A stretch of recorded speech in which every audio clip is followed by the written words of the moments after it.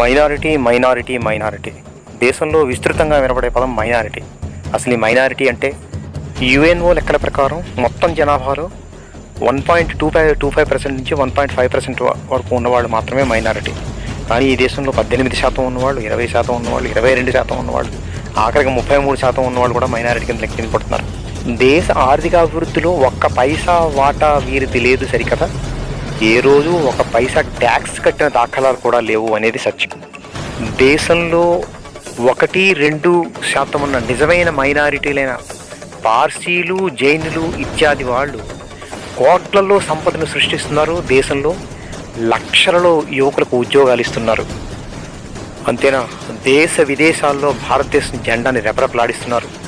అంతేకాకుండా ఆయా దేశాల అభివృద్ధిలో విశేషమైన పాత్రని కూడా పోషిస్తున్నారు. కానీ మన ప్రతిపక్ష నేతలు నిజంగా మైనారిటీలుగా ఉండి దేశ ఆర్థికాభివృద్ధిని పరుగులు తీయిస్తున్న టాటా, బిర్లా, అదానీ, అంబానీ లాంటి వాళ్ళనేమో దొంగలంటారు.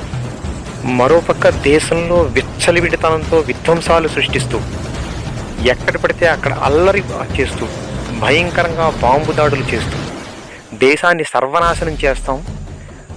అంతేకాదు, అవసరమైతే దేశాన్ని మరో పాకిస్తాన్గా, బంగ్లాదేశ్గా మార్చేస్తాం అన్న వాళ్ళని పాపం మైనారిటీలు అని బుజ్జగిస్తారు. అంతేనా, భారతదేశంలోకి అక్రమంగా చొరబడ్డ 6 కోట్ల పైచిలకు ఉన్న రోహింగ్యాలకు కూడా సపోర్ట్ చేస్తూ వాళ్ళ హక్కుల కోసం పోరాడతారు.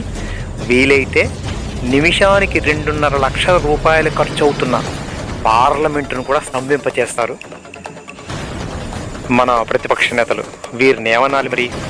నేనైతే డిఎంకేలంట.